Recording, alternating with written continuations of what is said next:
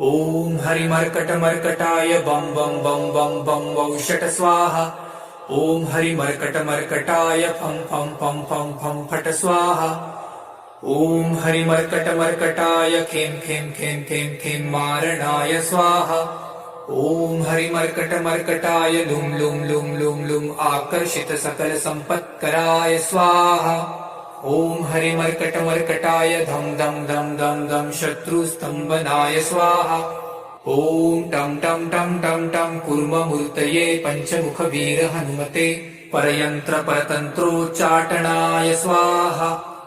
ॐ कं खं गं घं डं चं चं जं झं त्रं टं ठं डं ढं नं तं थं दं धं नं पं फं बं भं मं यं रं लं वं शं शं सं हं रं शं स्वाहा इति दिग्बन्धः।